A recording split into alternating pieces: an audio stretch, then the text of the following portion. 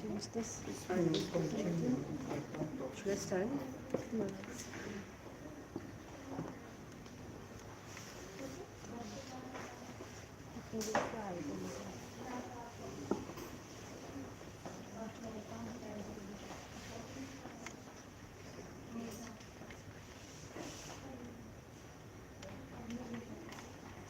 Better if it is put there over there. Then like heads might come now.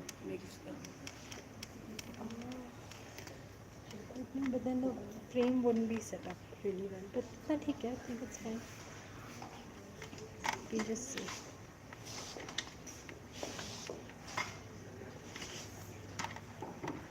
Yeah, let's do this. We also get the kids here. Is the chief guest able to make it? No.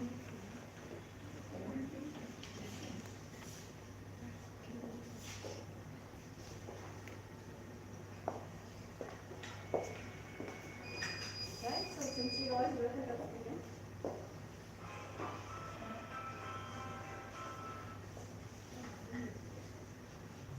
hello everyone, good afternoon. I think it's a great afternoon today because it's the culmination or rather the beginning of this entire effort that has been brought together in the form of this book. And I think we've all been working on it since about a year. It's taken us a year almost to actually get it published and get everything going. So children, we've got all our authors out here. How does it feel to finally be published authors? Feels great.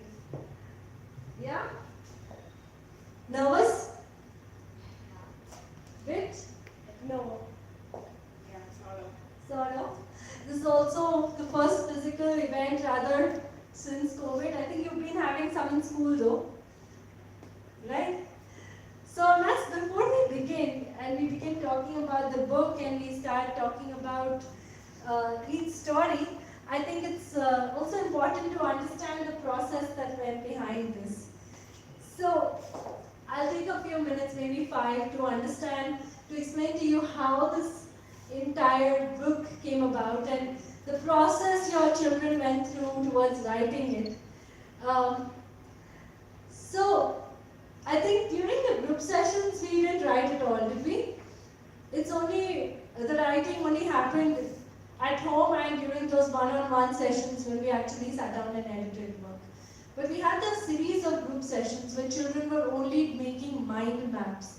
And the reason why I'm bringing this out here is so that as parents, I know a lot of us make mind maps. Or could we please take a minute and put all our phones on mute, please? Please, if you can all check your phones and put them on mute. Okay, so they made mind maps. They also programmed a traffic light. They also did a couple of other sequential thinking and brainstorming activities to help each other collaborate. So although they are not talking here because they haven't met each other in person, they've all interacted. Quite a few of them have interacted with each other because this is a combination of, I think, 2 groups of writers. So we had smaller batches of 4 children each, and they went together. They would brainstorm, they would question each other. They would also do a whole lot of these other activities where they were, I think this was also the first time where a lot of them observed traffic lights. So they hadn't realized up until then that, okay, one traffic light, it all works in a perfect sequence from red, yellow, green. So if one is red, which one would be yellow in a 4-way crossing? Which one would be green, and why is it so important for all of them to operate? And then they created their character sketches where they realized that even if one characteristic or one character changes, it has an impact on the remainder of the story. So I think that was an important lesson, and I'm bringing that up so that whenever you guys take any decision, or whenever, even if it's a small project and it's an art project or it's a writing project, I think it's even mathematics or science related, it's important for you to create those flowcharts. You should continue to do them.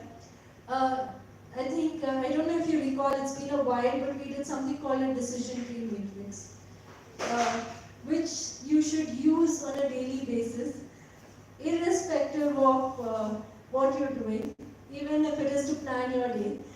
And these are skills that you won't realize now, but they'll be really handy later. So without much ado, I think I'll now introduce this book to you, because this entire effort has resulted in some of the most complex stories coming out. So although it's taken a while, I don't know how, could you ever, any one of you, could you ever imagine your child to be part of a novel that was literally, and that had a lot of material? I mean, I would like to hear from the parents maybe a little after the children are done, with this entire launch, and understand, if you saw any changes, did their approach change, and did you ever think of them? Because as a teacher, as a facilitator, I think I was totally amazed. The level of complexity these stories have is literally at par with what we read as adults, and what literally our contemporaries, authors are age right. So let's get on with Beyond the Unknown. A lot of stories here are more known than unknown rather, and it's really interesting to know when children have a topic like this, how they interpret it. So here it is. This is the book blurb. Meet the tardigrades of a gigantic exoplanet, Sauropodium. Experience a moon made of cheese. Travel back in time and delve into the world of ancient civilizations and the Santals. Enter the fantasy world of stuffed toys and dragons and meet a boy who can talk to birds. All this while a group of boys try to eradicate the B-side virus and two detectives try to find lost trains, while all that one of the girls wants is to paint skies. So with this, I think I'd like to call all the authors up on stage to hold up their books and literally launch and release it. Go on. You can pick it up later. Okay, maybe.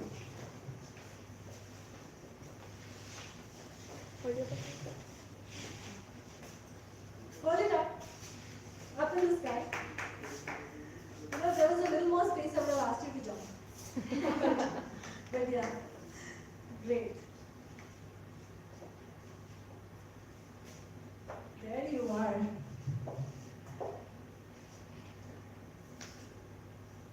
And one with all the parents, please. So if all the parents can join in there. And grandparents. Maybe we can do one by one. Yeah, then who will click our pictures? Right? Yeah, We so can do one by one. then. So let's have one with all, and then one by one can happen. Let's disrupt this little space a little. That's exactly what I'm going to say.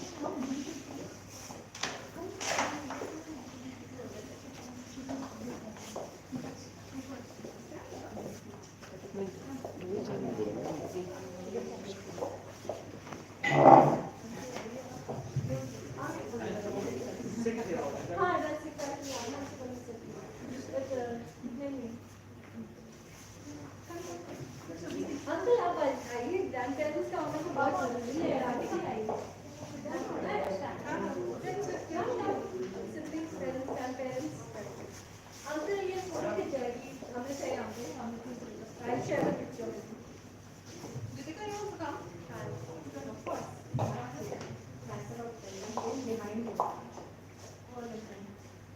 Come, let's. Uncle आप भी आ जाएंगे. कहाँ मौका मिलेगा सब grand children के साथ खिंचवाने का?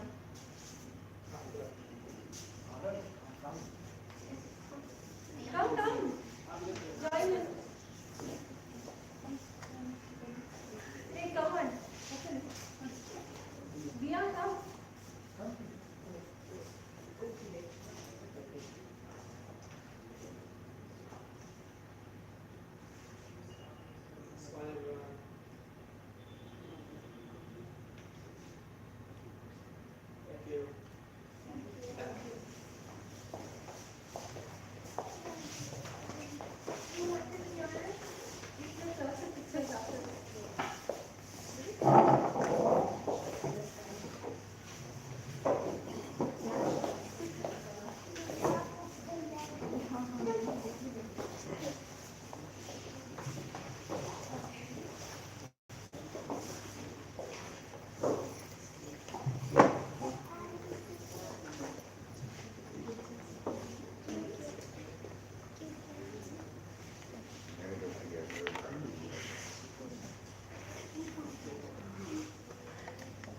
so we're going to start with our first author, Aryan Gupta.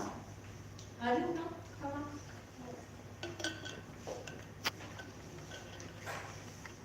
Yeah, so Aryan, do you actually get up at 5 a.m.? Yes, I do. Really? Yeah, I really do. So, I really like reading books. I think that it's my passion to create new characters and to read about different styles. And I feel that in the afternoon it gets a little noisy with everyone completing their work. So I think that 5 a.m. is a very appropriate time to read the books. Wow. 5 a.m. I don't think any of us has got up that early, especially to read. Most of us read at night. So I'm rather surprised to hear that somebody gets up, who at your age gets up in the morning to read. So great. And Aryan, how did you come up with this entire concept of creating a purifier to eradicate a virus? So, as we already know, like COVID has tormented us for a long time. Not just kids, even adults have been facing this problem. Like it is very difficult to step out of homes, and the virus is spreading everywhere. Many people are getting sick. So then I got the idea: why don't I give the people a feeling that that things are not always bad, that everything has a solution. So I created the VSAT virus and I brainstormed different ways that a virus could be eradicated. Then I thought about air purifiers. So air purifiers are some devices that could control all the bacteria in the air and like eradicate the virus. Lovely. So how about you read an excerpt from your book, from your story? Yes.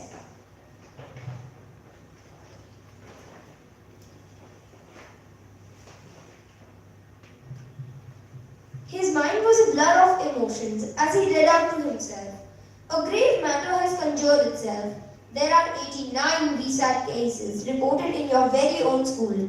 This problem is suspected to arise due to the purifier not being efficient enough. Thus, we need to settle this problem by banning the product. Jamie was in shock. The letter dropped from his hands as he rushed to his room, his face dripping with tears. He didn't have the courage to call and share the news with his friends as of now. In a little while, when he felt better, he gathered himself and brushed off his tears. He put on a brave face and decided to call his friends and start work on the purifier without any delay. His friends' grim expressions told Jamie that they had already heard the news. Jamie decided to encourage his friends. After some time, his team of friends decided to start working. This time again, they devoured the net searching for information. That's when Rohit shouted, "Look, we skipped the virus killer purifier. We were such fools," added Ron. They found out that the virus killer contained the following filters. Pre-filter caught larger particles and irritants. Carbon filter neutralized most gases. The particulate filter trapped small particulates. Antimicrobacterial filter sucked in and killed 99.999% of microbes and pathogens in the air.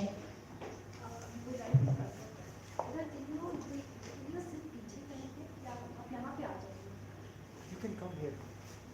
So that so when people want to record, they can use it on because that's where the camera is. Oh, I'm so sorry, I didn't realize. I realized it, but I didn't want to interrupt it. So, okay, so great. We have some questions for you.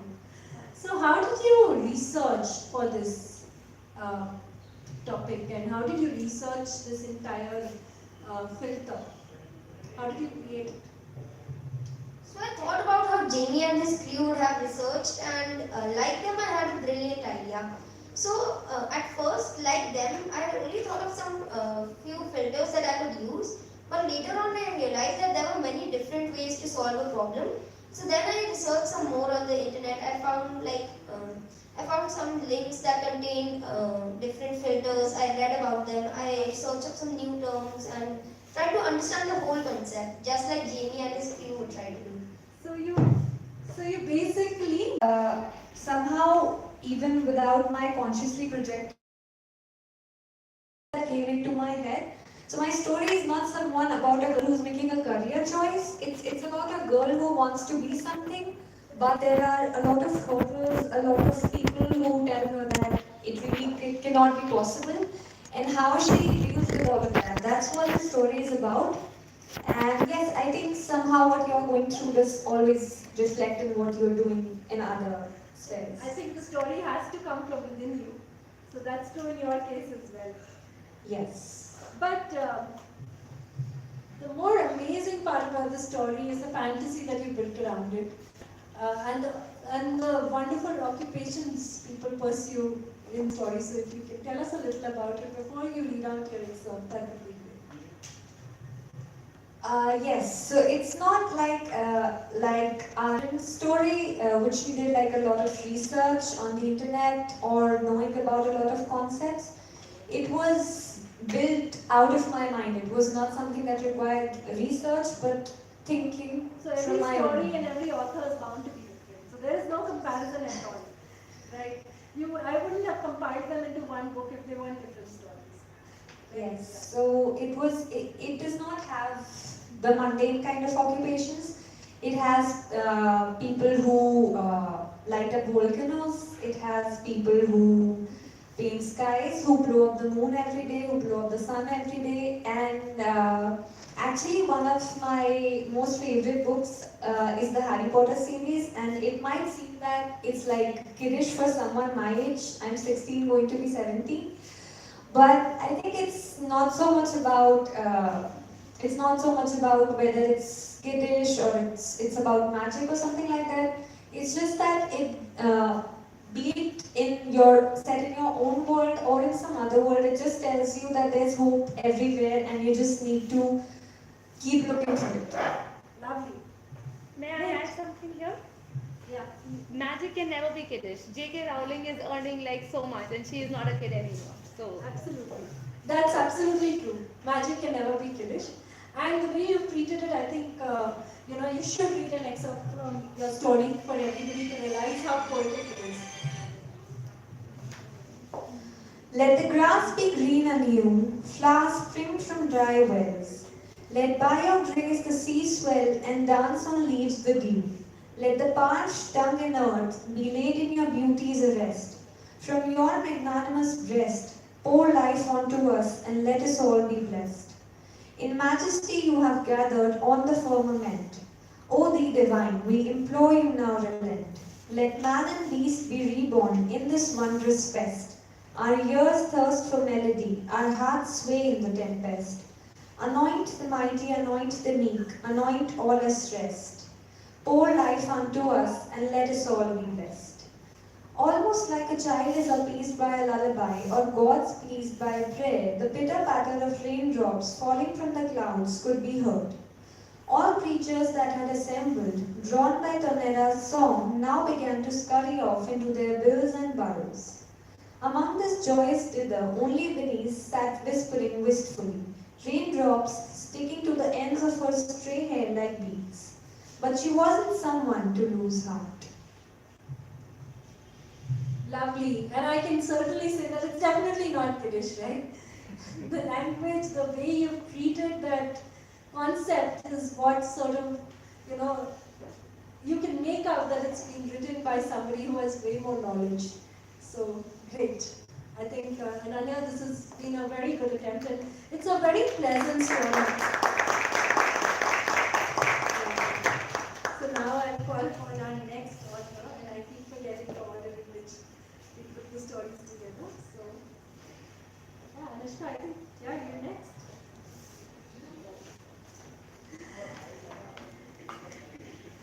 So now from poetry, we've moved over to another scientific story, and it's all about the unknown space, a little about research, and a whole lot more about, adventure. So great, Anushka, I think, so before we actually start with your excerpt, tell us a little about how you named your exoplanet, and the aliens, and how did you think about them? So, hi. The planet is called Sauropodium, and that came about because Sauropodium were like the largest dinosaurs that were alive before. And the planet if you go into the logic, the planet has more oxygen than Earth. So the creatures there are naturally much larger and much bigger than the ones over here at Earth. So the microorganisms over here at Earth are as big or bigger than the humans there. So that's why the names are important. The characters are the aliens, are tardigrades and hemicuas, who are two microorganisms that are actually there on planet Earth, and they are much unique from the usual ones that we know about. These ones can, survive in very extreme weather. So I found them very eye-catching and therefore. Yeah, and then this is before the tardigrades were sent. Tardigrades were sent to the International Space Station, and the story was written before that. So all of your research actually paid off, and then you have like NASA scientists also thinking on the same line, so you know that your children are actually right there on track, each one of them. So great! I think read out an excerpt from your story.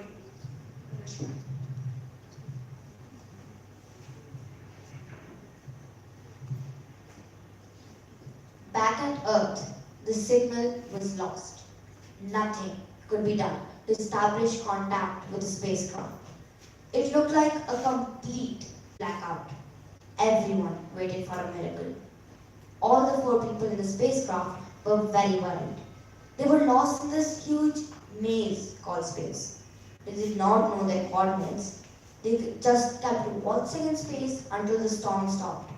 Not much later, they realized they were in a wormhole and being transported to God knows where. Their spacecraft was damaged, but the astronauts were more worried about other things, like where would they land, how would they contact Earth, and most importantly, would they even survive? Wow. So do they survive? I think you'll have to read to find out. Wow, that's a lovely answer. Great. Anushka, that's a great story and one really gripping one because it's also a thriller and it's all actually literally in the unknown. So that was a good job done, Anushka, and you'll, I'm pretty sure, enjoy reading it. Thank you, Anushka.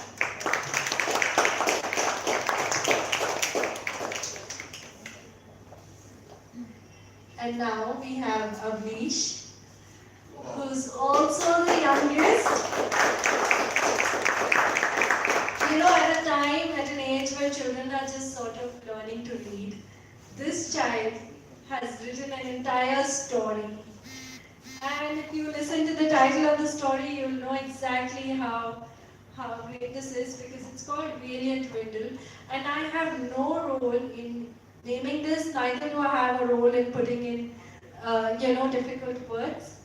He's done it all by himself. He's referred to the thesaurus, and it's amazing how well the story has been thought through. So great, I think. Amish, hello. Hi. Hi. So tell us a little about your story. Where is it based, and how old is Bindu? Vindal is actually 10 years old. He is a 10-year-old boy. And this story takes place in Indonesia, Kalimantan in Indonesia. Kalimantan is an island. The reason why I chose Kalimantan was because this story is actually taking place in a coastal forest. So I thought that Kalimantan would be a good place to make the story. So have you been there or have you heard about the place before? No, not really, but still, there are definitely forests and So it's all your research. yes. And all this research has come through that sequential thinking bit because he actually thought through he needs a coastal area, it has to be foresty, and then he comes about and tells me the next day that ma'am, I think it should be in Kalimantan. And I hadn't heard of the name. I mean, I was like, where is this first? Let me open Google Maps and then see where it is. And that's how this started. So great. Why don't you read an excerpt from your story? Yes. He plucked a few of them and sat down to eat.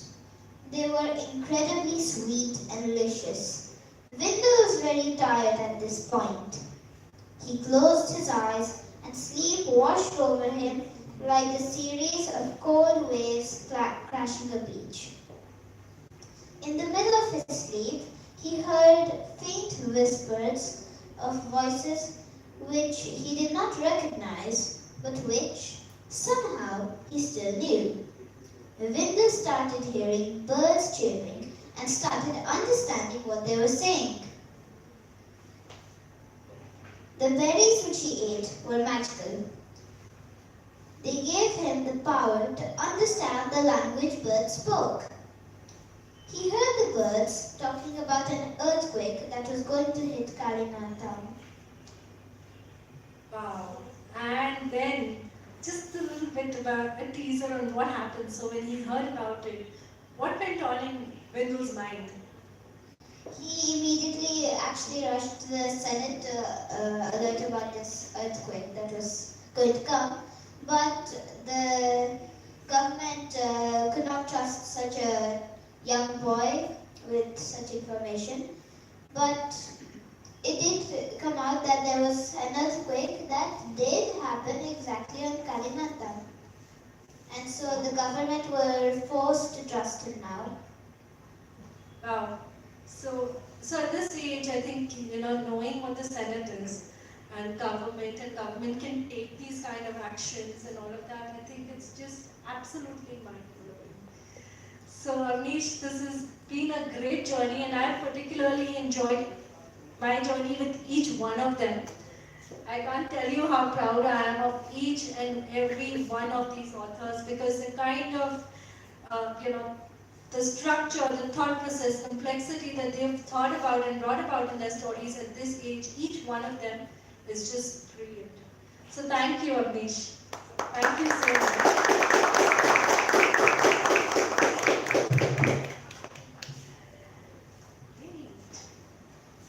And now, Kanav.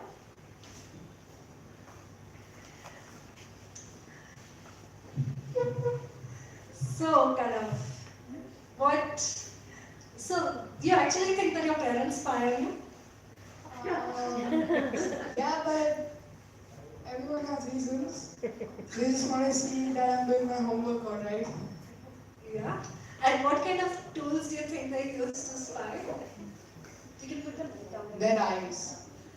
Yeah, they got eyes everywhere, right? They don't need anything else. Great.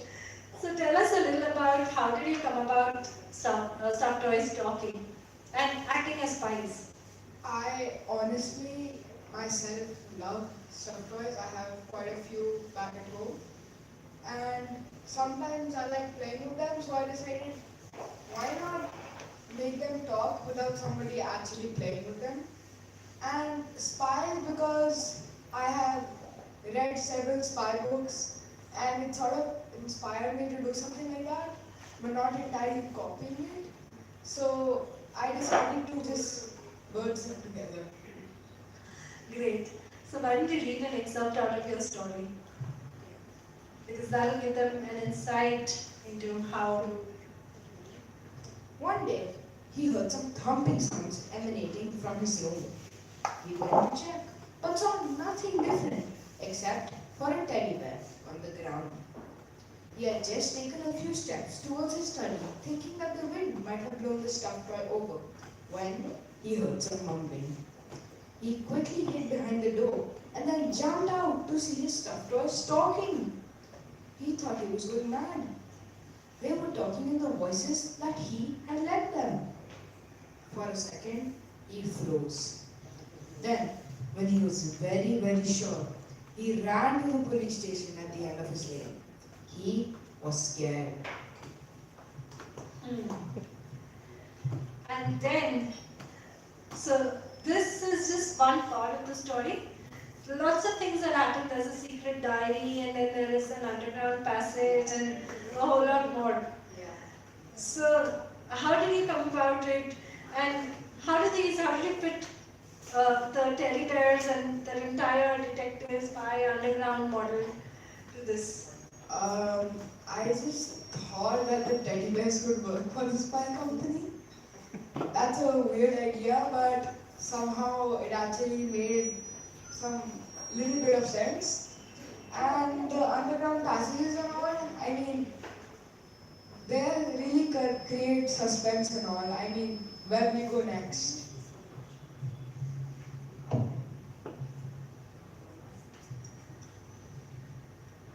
So yeah. Lovely. So it's actually a very unusual spy thriller and amazingly drafted. You think that this is just at the outset, I thought that it's just creating something that's already been done before.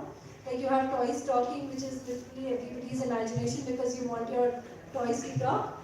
But the way he's gone about actually drafting that entire story, it's brilliant, absolutely. Thank you, ma'am. Thank you, Kala.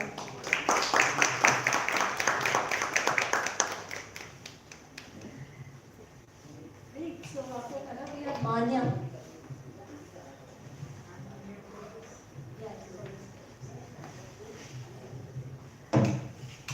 So hi, Manya. Hi. Tell us a little about the colorful land. Yeah. So it was basically like a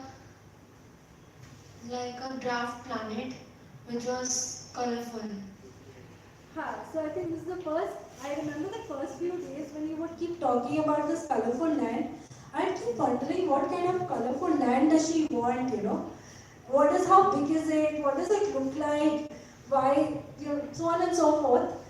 But, so tell us, before you read out this excerpt, I'm just going to open your story, but tell us a little about why did you think about somebody falling into this warp planet and time traveling and all? So what was it?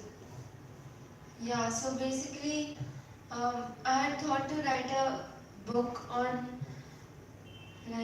space, but I thought it would be common. So I merged the two stories which I was thinking with the help of this land. Okay, so this is what it looks like.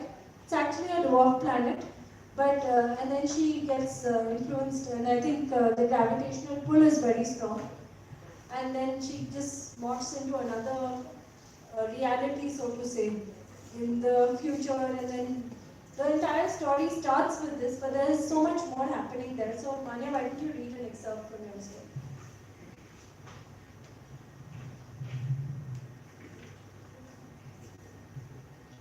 Just as I turned away from the spaceship, I saw land changing its colors. I had never seen anything as spectacular before. Curiosity gripped me, but I decided to quench it, lest I came under the gravitational pull of the space object. But before I could even blink, I felt like I was falling into something. Then there was a third, before I blacked out. When I opened my eyes, I realized I was in a familiar place. It took me a few seconds to realize that I was at my home. It looked a lot different, but I was sure it was my home. Was I dead? I was so confused. I went to my room and saw the calendar. It's 5th August 2017. I was not dead. Wait, was I in some other dimension? I quickly went outside. Everything looked the same, but more modern. So this is a time travel story, and you're an astronaut over here. So but then the story is also about snatching credit and taking credit from other people, and then inventing and reinventing things. So what was your process? How did you come about and add all these complex parts to it? And it's all done in 15-20 pages.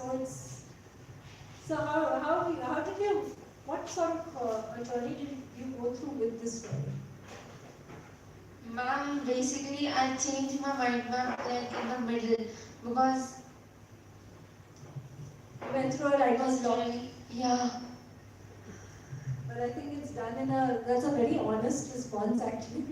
It's done in a very, very, what do you say, there's a whole lot to this story then, because when I asked her about this land that she wanted to be colorful, I was like, planets when you look at it don't reflect different kinds of light.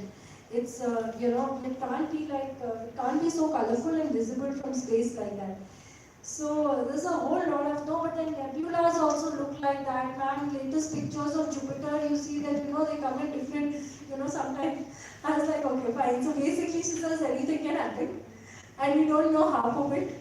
So let's just go with this. And the way it's done is brilliant because there's a time machine being invented, there's a whole lot of back and forth, and that analysis, when she goes back in time, and she can't come forward, something goes wrong, and how things change, it's done really well.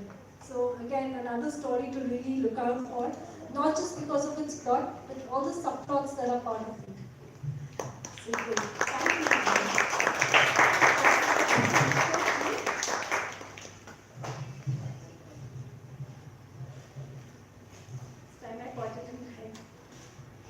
Yeah, Nishka.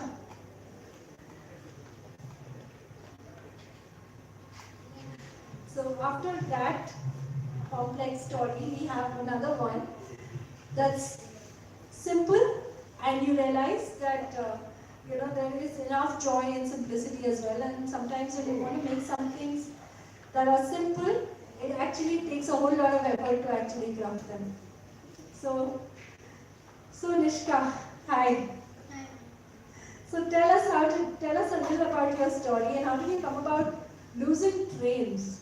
Like how can a train get lost? So it's about twins who are detectives by profession. And as I live near a railway station, there's a railway station nearby. So I thought, why not use trains as the main. How did you think about trains getting lost? So I as the station is near, it just came into my mind. Okay. Alright, because we've heard about planes getting lost, but trains to track to chalti.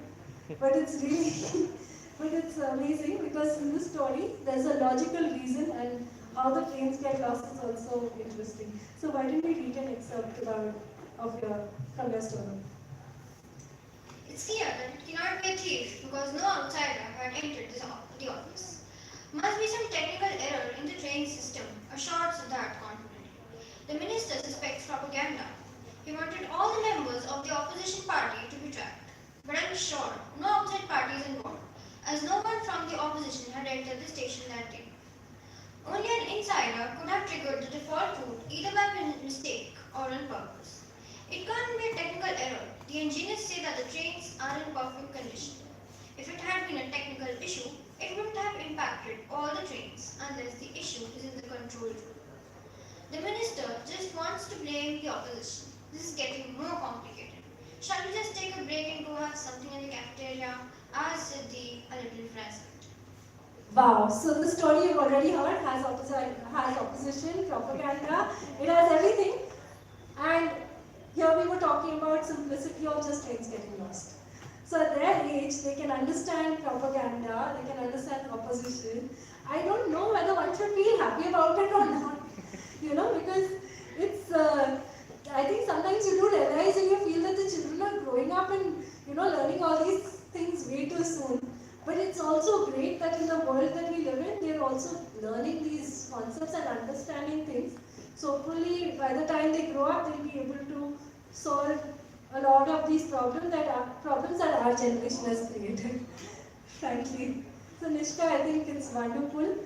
And the best part that, I think for each and every one of them, writing these stories was a personal journey. And that's true for you as well, because I've literally seen you grow and, your interactions and all of that evolved over the span of this year. Of course, you also grew up a little more, but I think it was very fulfilling as a facilitator for me to see how you also grew with the story.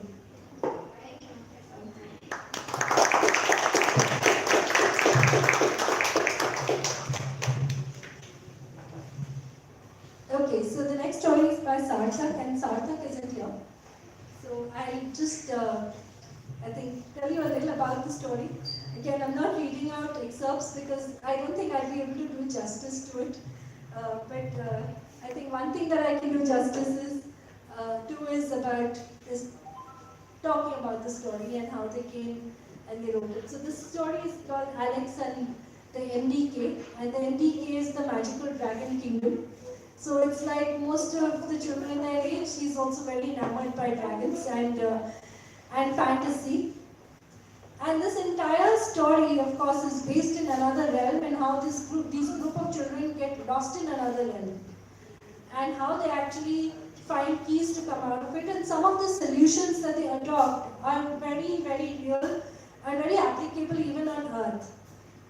Want something, is it? Constantly eyeing on that. No, it's behind the board. Okay. Alright. He'll give it to you. I'm trying to answer this. You also want a book? Yeah, it's a book you get it. Actually, yeah. So he wants these book. So Sarthak's story is about these group of children who get lost in another realm,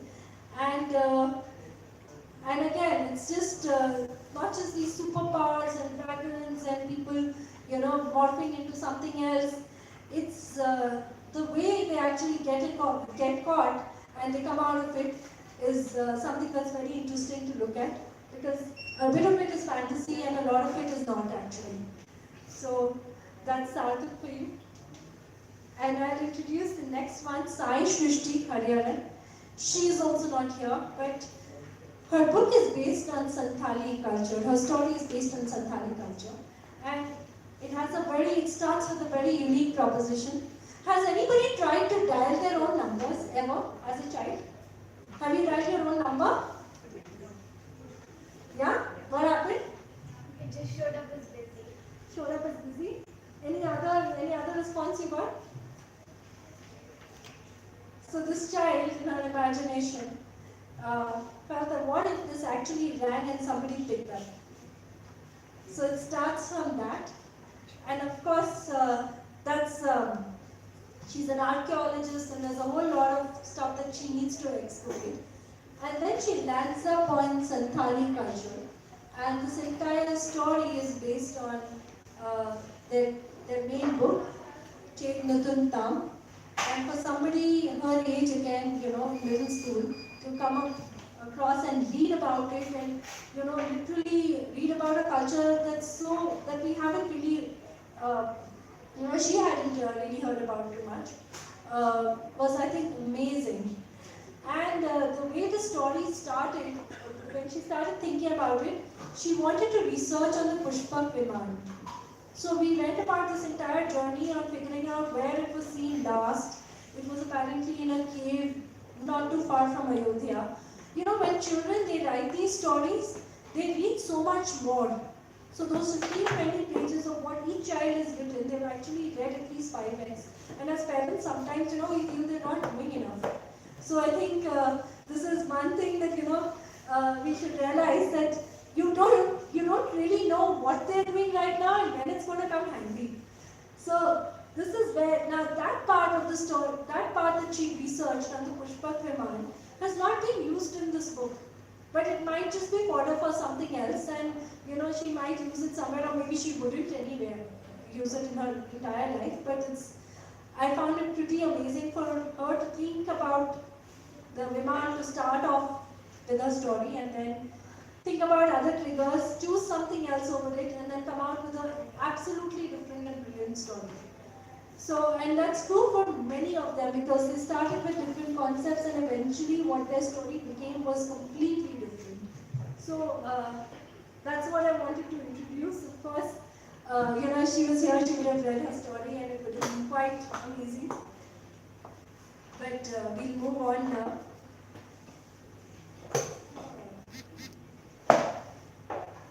Again, so Mayra is not here as well, so I'll very briefly talk about her, and then Tara. Great. So Samarna's story is called The Moon Cheese, and it's based on her fantasy. She's actually a chef's daughter, and she is an aspiring chef as well. So cheese is very integral. It's part of her subconscious, and she had this fantasy because the craters on the moon look like cheese to her. So since childhood, she's almost thought of the moon as being a ball of cheese. So, but the fact fantasy which she's given, she's talked about there being aliens on the moon, and our friendship between Earthlings and Moonlings, and and how that gets distorted because of propaganda and all of that. It's amazing.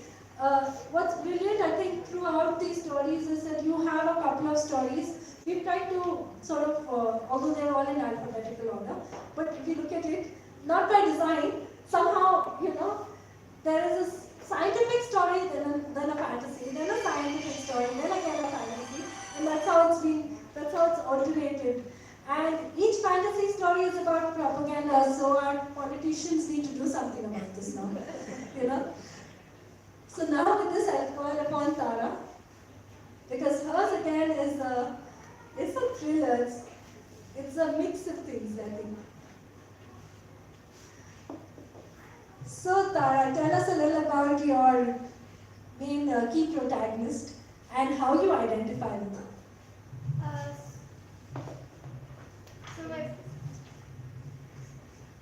So my protagonist's name is Carly Crow, and she is in high school, which I am also now.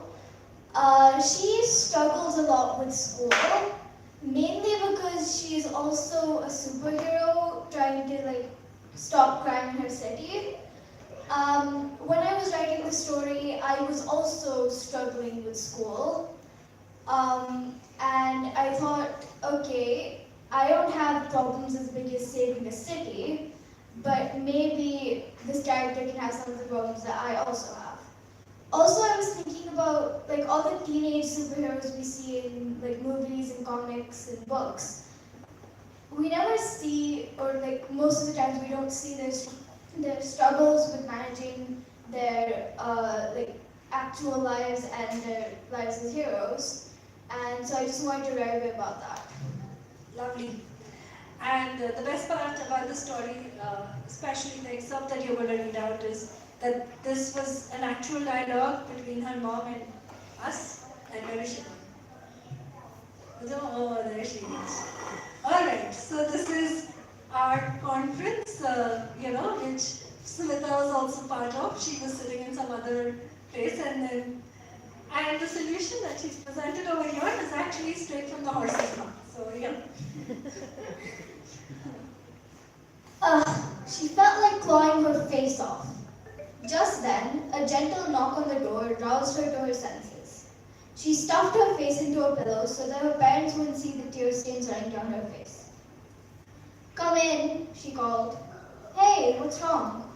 Carly's mother entered the room. Carly just groaned in response. "Okay, what happened? Is it school?" Carly gave an arm, flunked a test. "How?" Her mom sat next to her. "Felt sick. Went to the nurse's office, missed the test." Carly pulled the cover over herself. "Well, that's not an issue. You can take a makeup test. You are prepared, right?" Carly didn't respond. "So that's why the water works. You know, when I was your age, our teachers sprung a pop quiz on us that no one was ready for. I panicked like crazy and ended up getting a D. But a few weeks later, I worked hard and I got the first rank in the Olympiads. Sometimes when you fail at something small, try something big."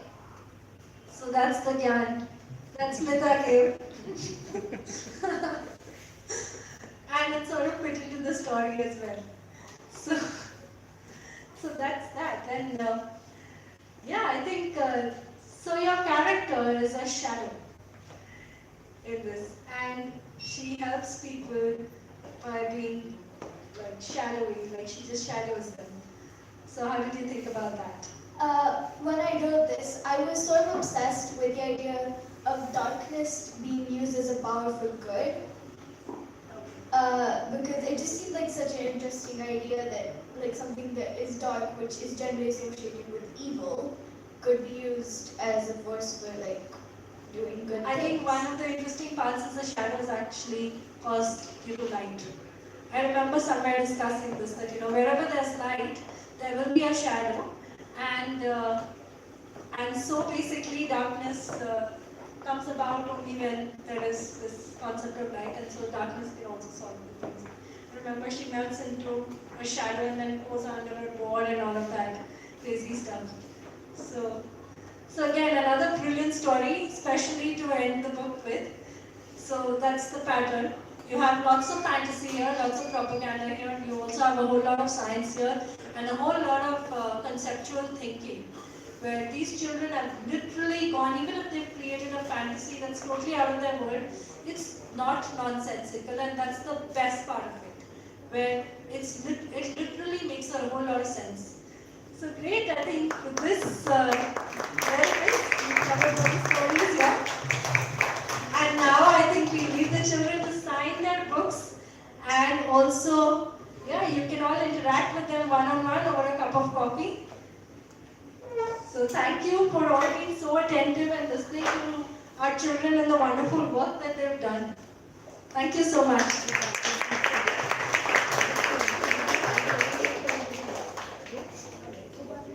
Can I stay for a minute? Yeah, yes, please. In fact, if you have any questions or you want to say something, please go ahead. No, I just want to give my comments on this. It was really very wonderful and revealing for me even that these small children at this age can not only write, but they can express it also very well. I find the diction of all these children is very good.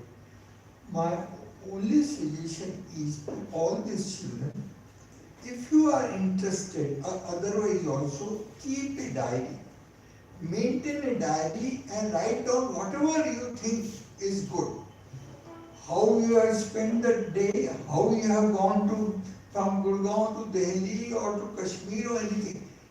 You may not be able to publish it in book form, but when you come to read it again in future, you will really enjoy everything. And I think that is the way you can. I never used to do it, although I have written about 10 to 12 books, but I miss that I should have kept a diary. Like in my autobiography also, many things I could not remember, and now I remember. So keep a diary, and I think you all are budding writers. Another thing, I must congratulate you also. I know my daughters used to write for the local newspaper. Poetry, stories, and etc. And that used to give them a lot of moral boosting. But nowadays the newspapers are full of only actors, their love stories and all those. There is no space for any of the children corner, etc. If that can be filled up by you people keeping the story, and I think time will come when you will be able to, if you have a man like this who is going to help you, bring out small books. You can write also on e, so that, because publishing a book is also very, very costly, time consuming. But you can put it on e, and that will be good. This is my advice to you all, and congratulations to you all for writing so well.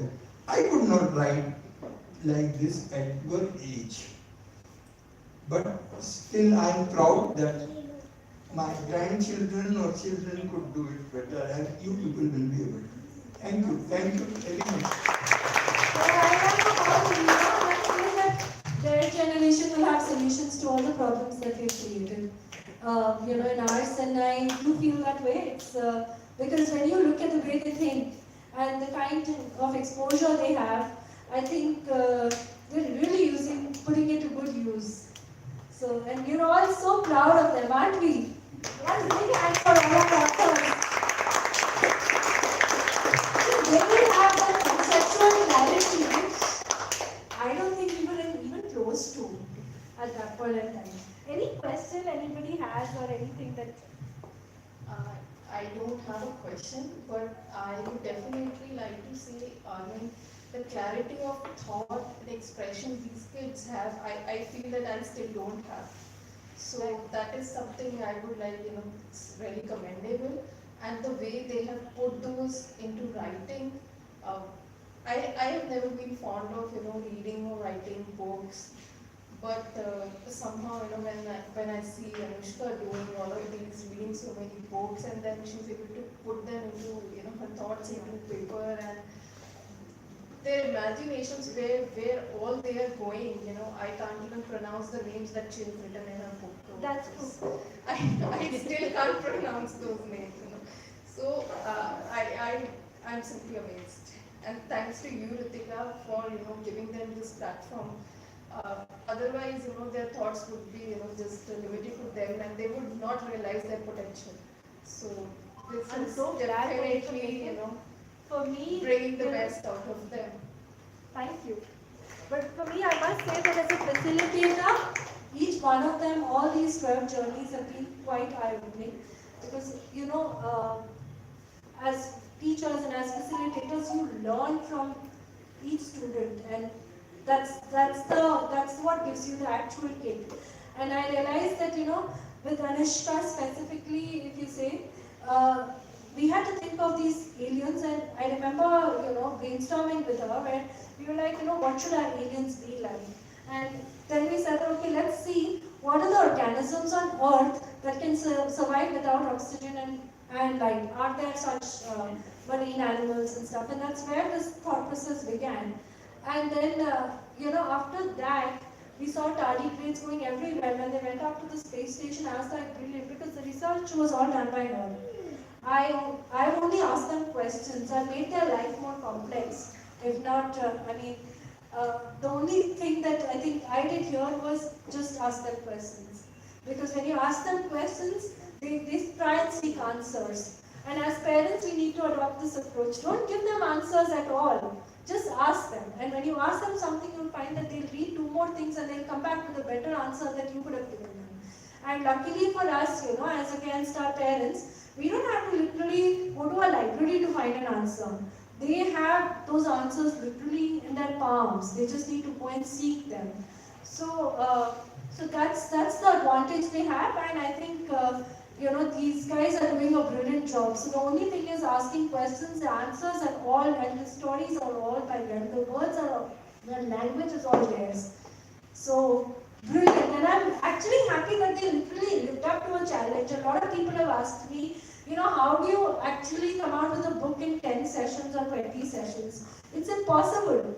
The only thing that we added on to those 20 sessions were those one-on-one editing sessions. But other than that, the structure and everything was ready, and that's only because these children put in the effort. So all that happened behind the scenes, not during the class, was... And all virtual, all online. All online, all virtual. We can't conduct meetings online. These guys have been learning online. And this is just proof that they've been doing a very good job at it. So, yeah. I will also like to congratulate the parents of this. Yes, absolutely. They have to devote a lot of time. They have to miss their evening parties, going to all those places and remain in the house that the children are doing something good. If they go to the parties or then these children go haywire and they do not. I think their support in writing, editing, bringing them to you, I think they also require to be congratulated. Absolutely. I would say this. There have been times when I've had parents call me up and ask me what is happening with this story. I think almost all of you have done that. And I'll be like, nahi ho raha hai, let's just give it some time and space. But eventually that's where it's lasted, and I think we are all here. And I think that push is required because, even for us, the fact that somebody cares about, what's happening and how the classes are progressing and all of that is very, very important, and it's important for them as well. So great. Thank you. I think let's get on to the one-on-one interactions. The children are all prepped. This is going to be one of your first networking sessions, so please make the most of it. Great.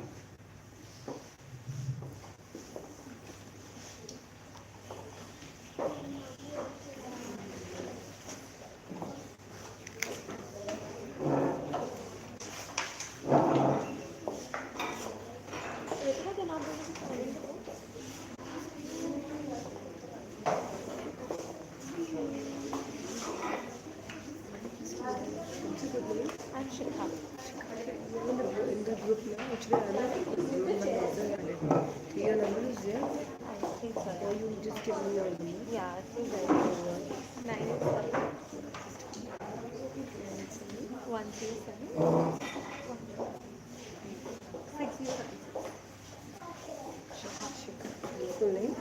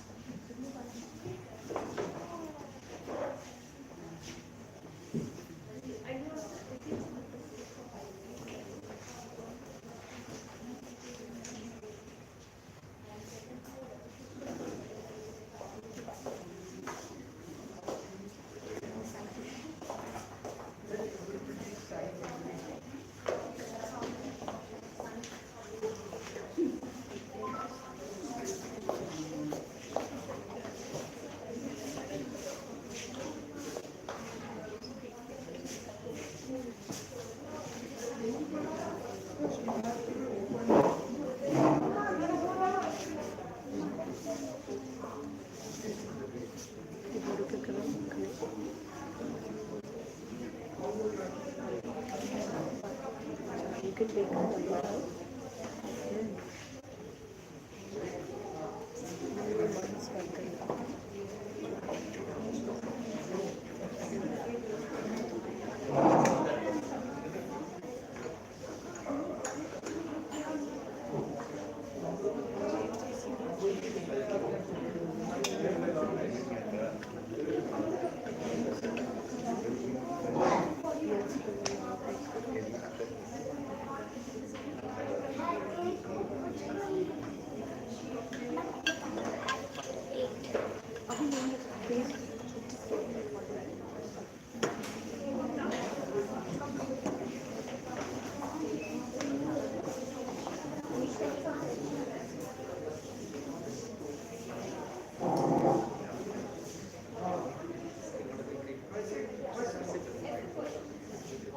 Back cover.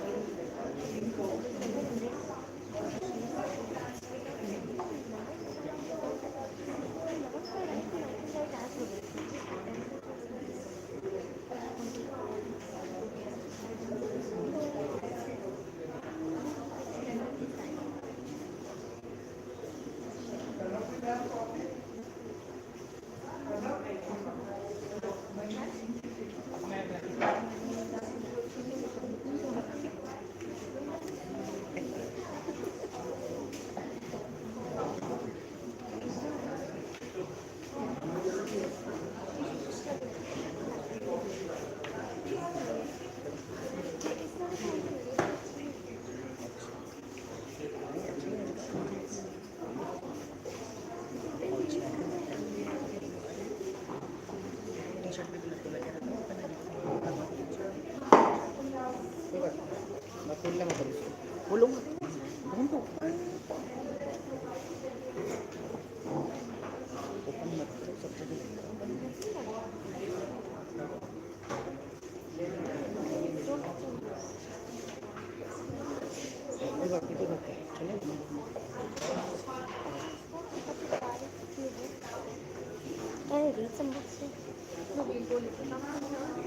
कोई book खरीदनी है तेरे को? अभी हम देख रहे हैं।